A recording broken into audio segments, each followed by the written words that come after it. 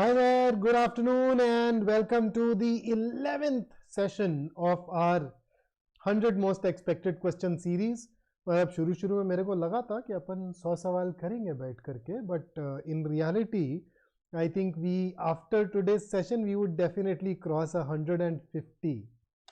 So that's a fair bit. Apart from that, of course, we are also working together with each other in our last lab series. So there are going to be more questions added there. I'm taking 4 of those in all, taken 2, there are 2 more to go. So plenty of practice for you and me together. And before I dive into the questions, here is one of the things that I occasionally, or at least this is one of those things that I strive to do more often. I believe that it yields good results.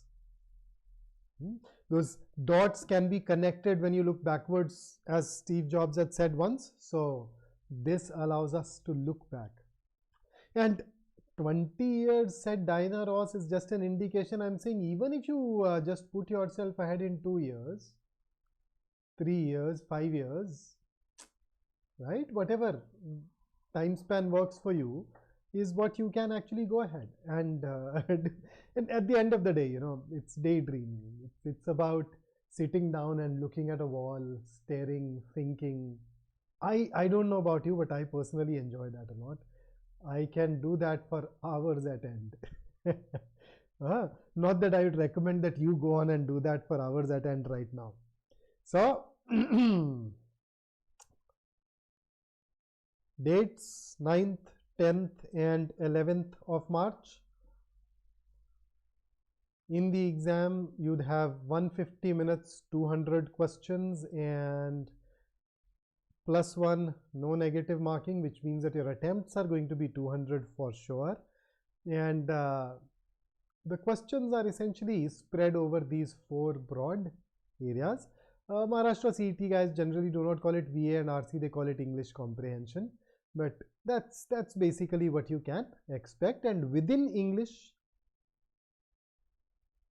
these are some of the most frequently asked questions. Of course, some part of English or some part of the areas that I teach also spill over to logical reasoning, and you'd have critical reasoning and all those other questions that we talked about. Okay, so let's go ahead and start our practice. Just a few more days to go. The very first question is a Parajumble. But then in Maharashtra CET, a Parajumble is multiple choice. Now, but then you remember in CAT it is non-MCQ. So non-MCQs can at times challenge you more. And considering that I'm bringing in only one question, only one, for today, I am giving you a non-MCQ. Just treat it as a puzzle.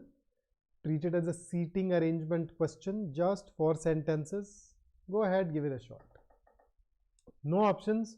Tell me the best sequence that you think we should go ahead and arrange them in. Just focus on the clues and we'd sit down together and talk about it in a while from now.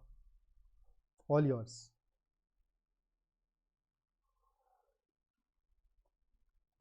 As I sip on a nice toasty cup of Kashmiri kawa.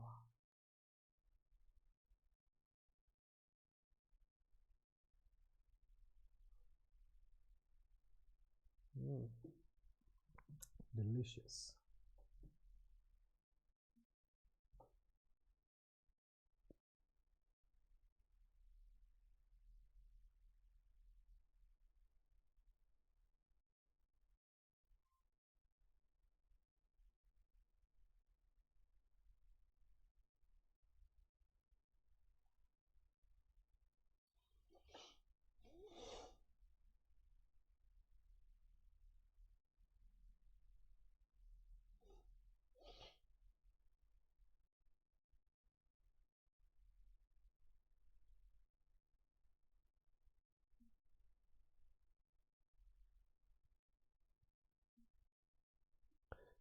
The rest of the questions are going to be MCQs, okay? So don't worry.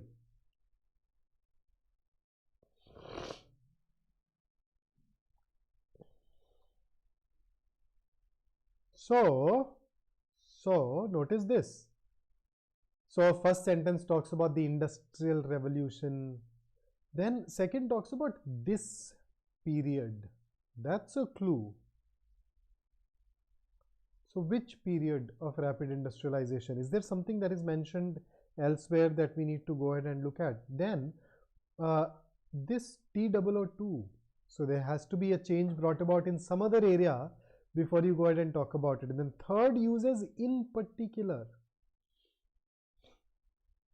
And then fourth talks about new inventions and technologies played a pivotal role in this transformative era.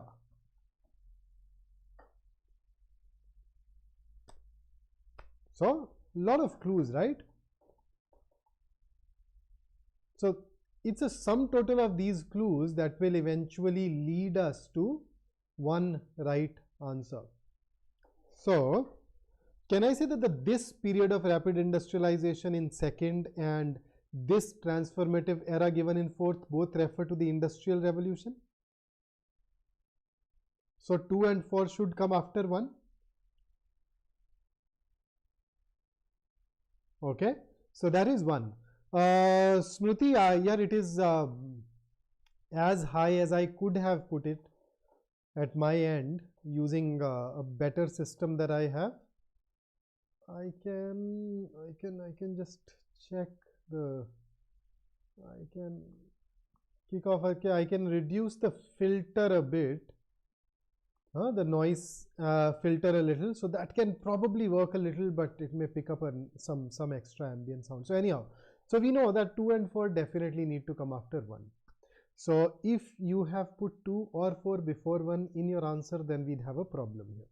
The other thing that we have here is that look at 1. 1 says Industrial Revolution marked a profound shift in the way goods were produced, and fourth gives you things that are more specific. So what was that shift? New invention and technologies. So if you look at 4 more or less reiterate 1 except for this one tiny part, but it otherwise makes the idea of 1 more specific. So I would prefer 1 and 4, and I want 2 to come after 3. Why after 3? 2 talks about changes in society too, so we need to talk about at least one more area where there were changes being brought in, and that area is textile industry. Moreover, in particular, because it says in particular, it has to be a specific example of the Industrial Revolution. Industry, textile industry is one specific industry that is being talked about in this particular sentence. And then you can talk about changes in society, since 1, 4 and 3 are all talking about changes that are being brought about in industry. So the best sequence will be 1, 4, 3, 2.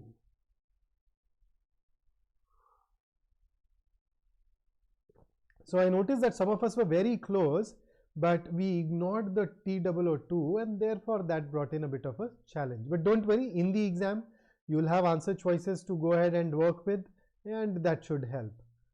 Just like the rest of the questions here. So here are your next 4 questions. These are all sentence improvement questions. In these questions I have given you a sentence with a part highlighted. So how have I highlighted it?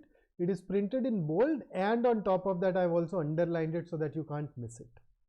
Then there are 4 options, A, B, C, D. If any of those improves it, makes it grammatically correct, go ahead and choose that part as your answer. If you think that the original segment is already fabulous, there is nothing wrong with it, you can go ahead and choose E as your answer.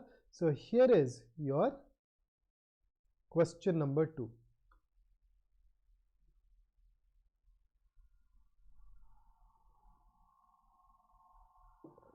I need 5 answers before I start my discussion.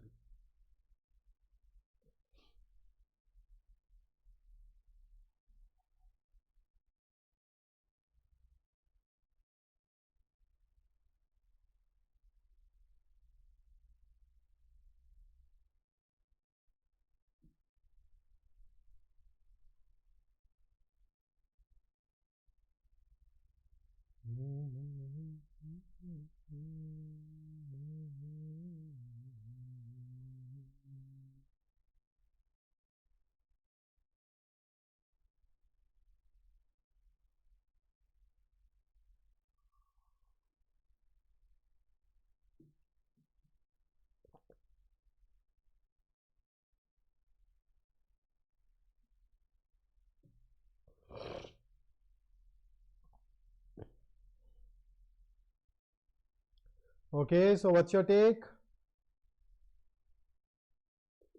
So my answer here is going to be option A. So the about needs to be replaced. This about is incorrect. This needs to be replaced by for, and that is by A. So the phrasal verb look for basically means to hope to get something that you want or something that you need. For example, if I say Harish was looking for work as a builder, they're looking for a partner in their new business venture, then they are hoping for something to happen. So that's what we need. Look out basically means to pay attention or to be extra vigilant, which won't really work here and thus can be ruled out. Look into is basically to pay close attention to something or even to investigate something. So that's not the right phrasal verb for this particular area. The problem with B is analyzing, and that is why B, C and D can be ruled out, and because A is all right, we can go ahead and choose that as our answer. Here is the next one.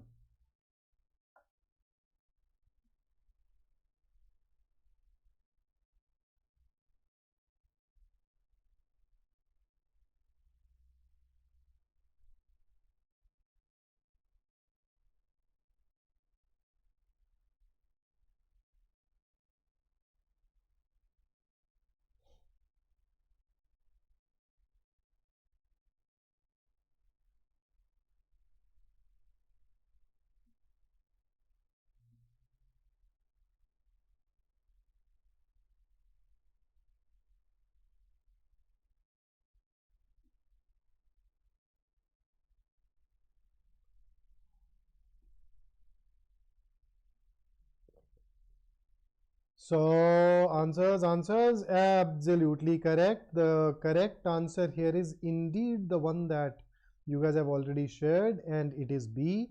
Everybody seems to have gotten this right. So here is your next one.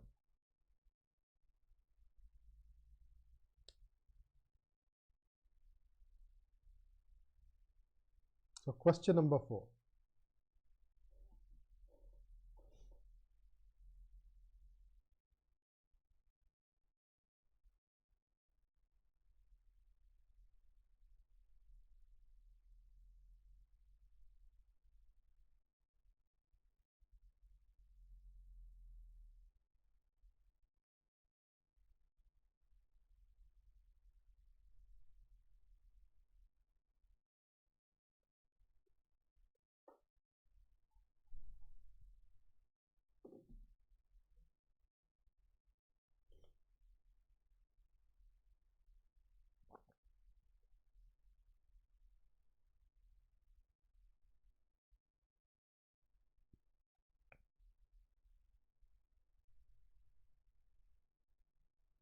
Okay, so in this particular case, you notice there is a comparison, and because there is a comparison between two, we do not want positive degree, we want comparative degree, and that comparative degree is given to you in A and B, but in A there is a problem of subject verb agreement. Problem of tenses. We are talking about a fact, and notice even subsequently this becomes a deciding factor. So we are talking about a verifiable fact and not a specific occurrence. There is no time mentioned anyway, so A can be ruled out, and that is why B is your best answer choice. And C and D, I've not even looked at it because they are once again repeating that same mistake which we had in the original segment. So our answer for question number 4 is B, and here is the last question of this particular type for you.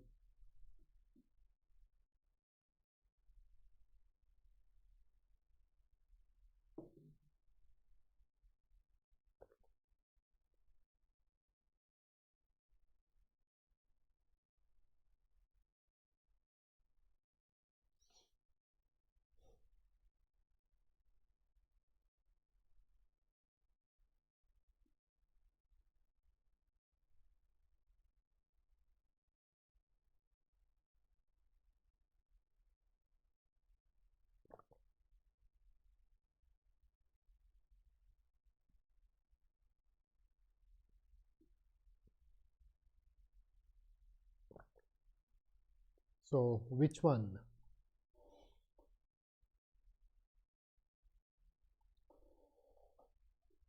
So yes, the correct answer here is C. So those who know has entered, and those who know how to make the most of it are at the top today.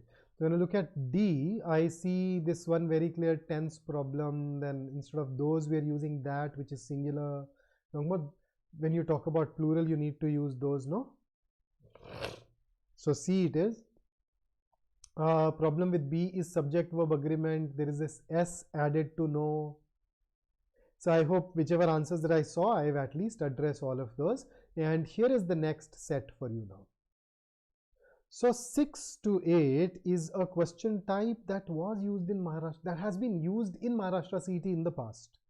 So in this question type, what they did was they gave us a table.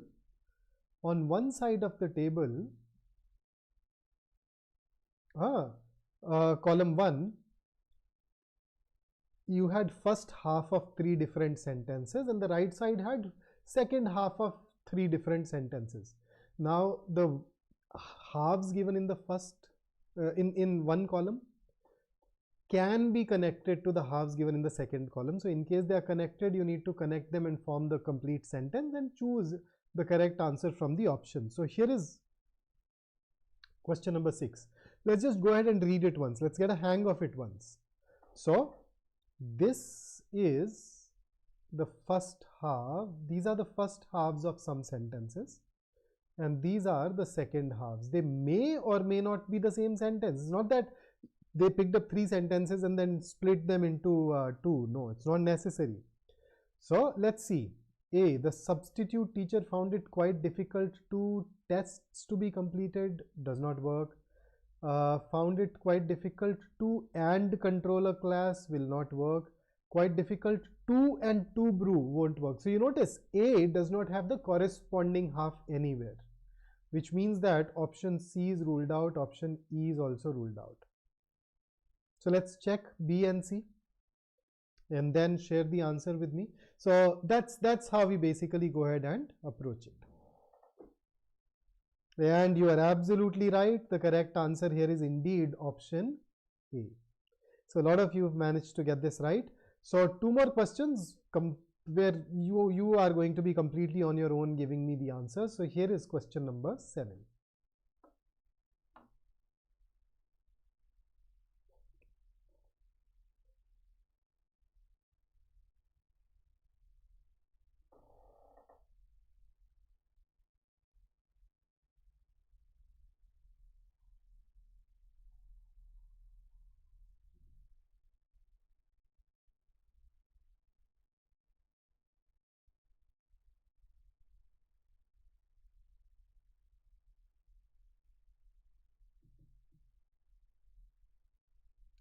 So answers for question number 7. I think Rohit Jadhav has set the ball rolling, followed by Harshit, Anushri, Chaitali, Sanchit, and you guys are already getting it right. So C it is. No wonder Maharashtra CET guys decided not to use this question type. And there is one last variety. Oops, Saloni, you would need to probably have a look at it again. B and F, do they go together?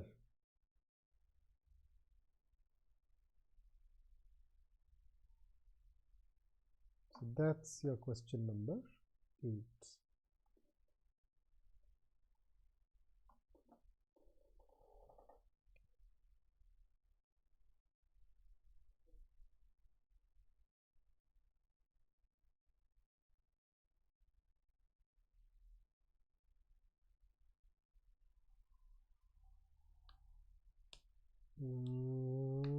And you are right.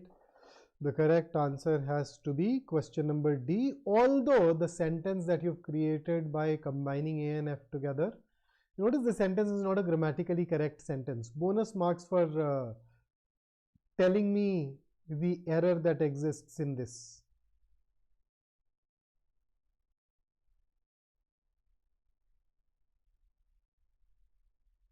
Abhi BD, colonies was or colonies were. In case you've picked up option B. Huh? Hetal, anime lover exotic. There, there is a subject of agreement issue, very blatant issue. So A and F at least has something a little more subtle, and that is, look at this. A says, let me just change the color of the ink because otherwise it won't be visible here. Is it okay to say return and back? That's a tautological error. That's an error of redundancy, and therefore, if you ask me about that error, I'd probably say that even that will be questionable. Okay, so next set. Question number 9 and 10 are both fill in the blank questions. You're already a veteran of these, so go ahead, give these a shot.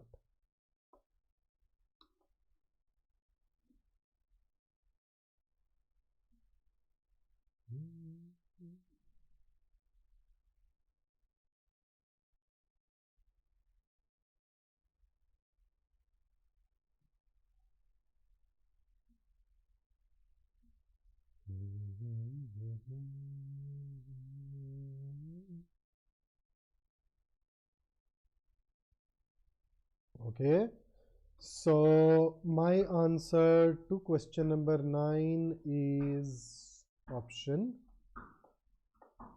B. What's yours?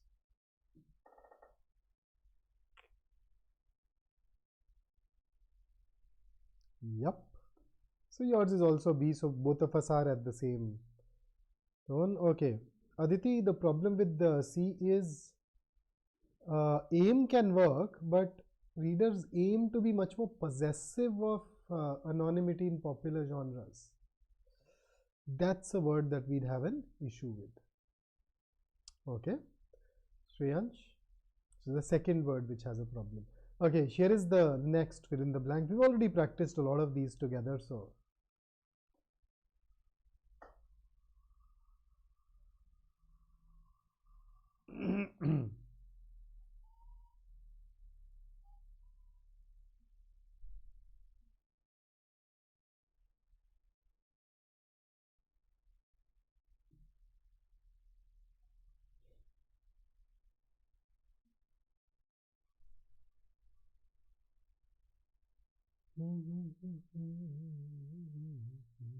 okay.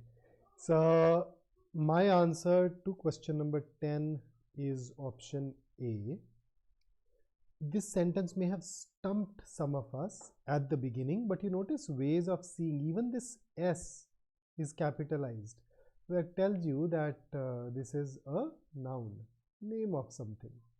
And the moment you get over that initial hiccup, ways of seeing first, then you come back like, oh, ways of seeing with an S capital. All right, we're talking about some sort of TV show. And then when you move on, you talk about viewers, rebroadcasts, blah, blah, blah. So you have it all there. So A gives you two words that definitely fit in here, and that's what you guys have chosen too. So moving over to the next question. This is going to be a verbal analogy. I remember adding 2 of these, so why only 11? Hang on. I think I added 2 of these. So question number 11 and 12 are both your verbal analogy questions. We have worked in them in a dedicated session, and thereafter we picked them up in our session on logical reasoning under last lab, and here is the third session where we are taking you through some more of these. So here is question number 11. The pair is available to you. You have 4 answer choices. Go ahead and tell me what the answer should be. Your time starts now.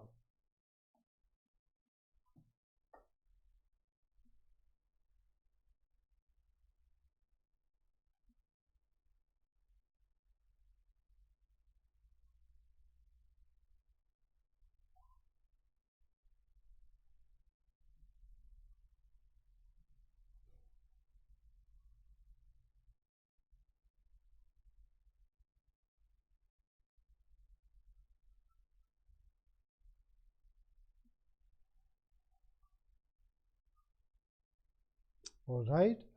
So in this particular case, if you look at the relationship, can I say a contestant can win a medal?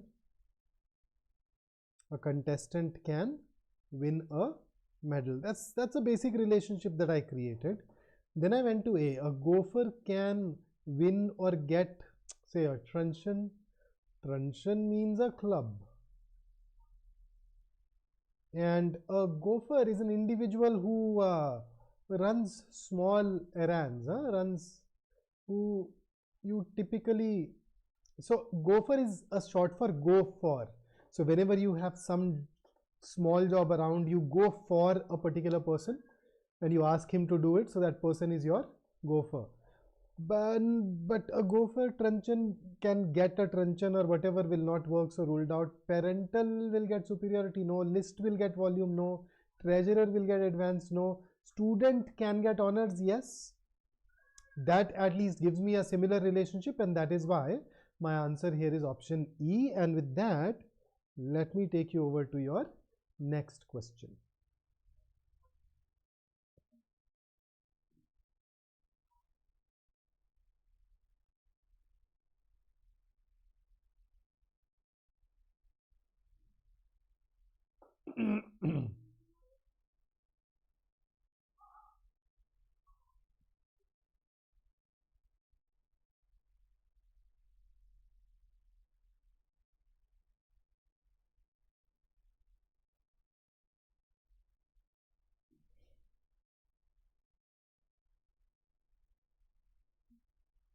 Okay, so to eavesdrop is to listen to someone's conversations secretly without their becoming aware of it. So an eavesdropper is a secret hearer. Similarly, a spy is a secret observer, and that is why our answer here must be option C.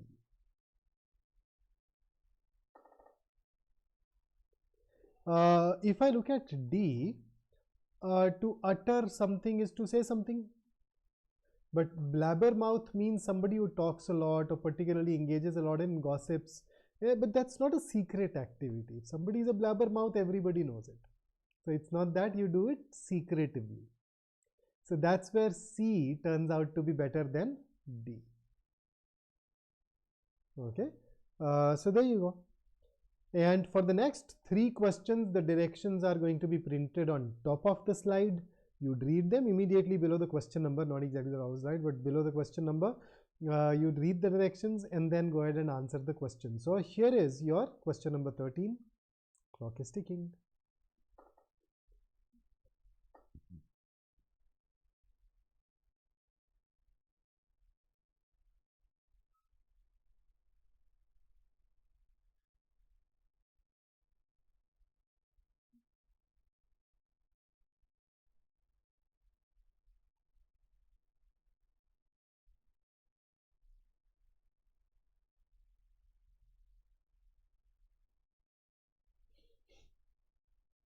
Okay, so the correct answer for question number 13 should be option C. Since we are looking for a synonym, that should work. So conduit is a means of getting something to another place or another person. So duct can be a tube or a passageway, and therefore can work. Jaunt basically is a short trip. It is a short trip that you make usually for pleasure. To undermine somebody is to erode their power, erode their authority, question their authority. To berate is to criticize someone angrily.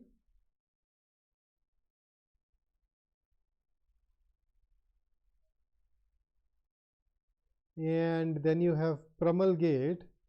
Promulgate basically means to bring something into a law. So you promulgate a law, right? So you bring that law into force. And here is the next one. With one tiny change, I am asking you for the antonym and not a synonym now. And I wish this is a word that more of us know. More of us knew. I wish more of us knew this word.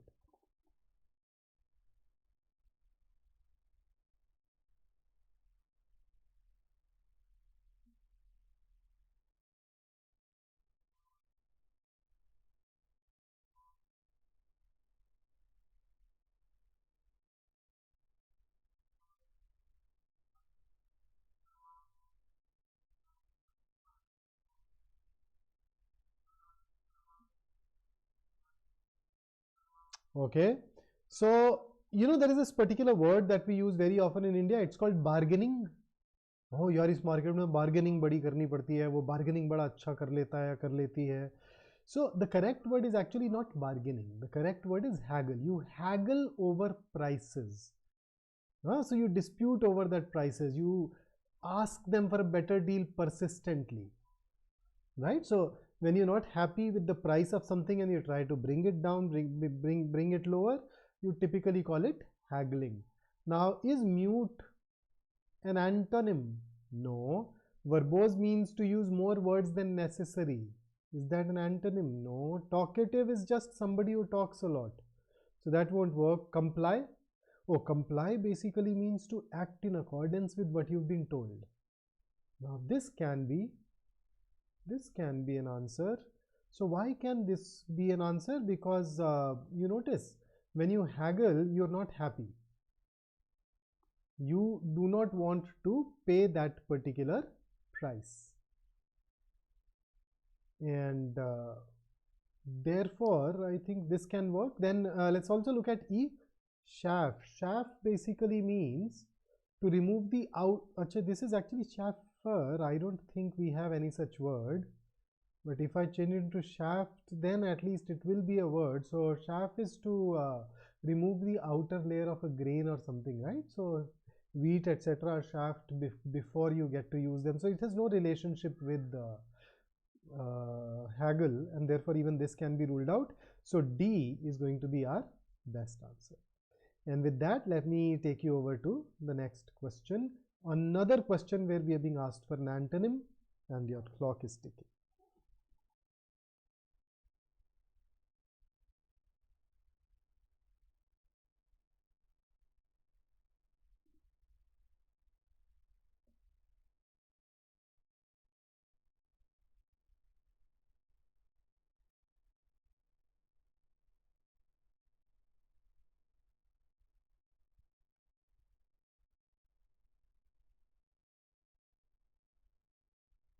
Okay, so what's your take? So far, very few takes.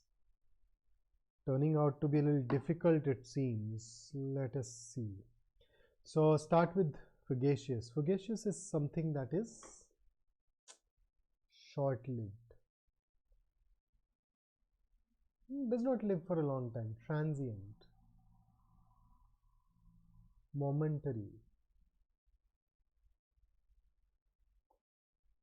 Ephemeral. Okay, that's fugacious for you. And as you can see, D is going to be the antonym. Epistle basically means a letter, so obviously will not work. Another tricky word here is E, but perfidious is an adjective, and as an adjective, perfidious basically means something which is deceitful and untrustworthy.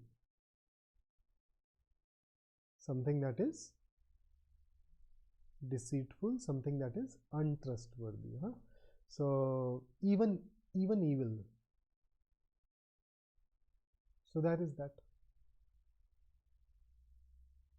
Or in simpler words, if a person is perfidious, you'd not be able to trust that particular person. Rohit says, and no way. Arey, there are times when you don't even know the meanings of different words, and it's okay. In that case, we are all in the same boat. Vocabulary does that to us. But then it does not mean that you cannot eliminate. Mind you, this is a paper where there is no negative marking. So even if you guess intelligently, things can turn in your favor. Okay, and therefore you should. Moreover, now you know, and that increases your probability of getting these questions right. So that's what I brought for you today. Don't forget that we also have a last lap to Maharashtra CET going on with sessions taking place every day. I think I am the one who's taking the sessions tomorrow. So, and then you of course have sessions today as well. I think it should be Saral Sir's turn to be with you. Samiksha, obliterate basically means to annihilate something, to completely destroy something. So don't forget to attend this at 7 today, and then I'll see you tomorrow. And I have a favor to ask. If you know anybody who's preparing for CAT 24, do tell them that we have a scholarship test on 10th of March, and there is this fabulous workshop happening on 17th, where Srinivas sir can talk about how you can manage it along with your, how you can manage your preparation along with your jobs and studies. So that's it from me today. Overlord, can you give tips to increase our score in the last few days? Yeah, the process will never change, right? How do you start getting more questions right? When you acquire the relevant knowledge, or when you develop the relevant skill, or when you figure out the right technique, right? So as long as you keep doing that, it will definitely lead to your getting more questions right. And then I think we will probably have a session where we can talk about approaching the exam and the round based strategy and all. It does not really change. G's OP mocks now. I don't know, yaar. There are different people who have different takes on it. Different people have, as we all are different, right? So personally, if I were in your shoes, I would not write a mock at this juncture.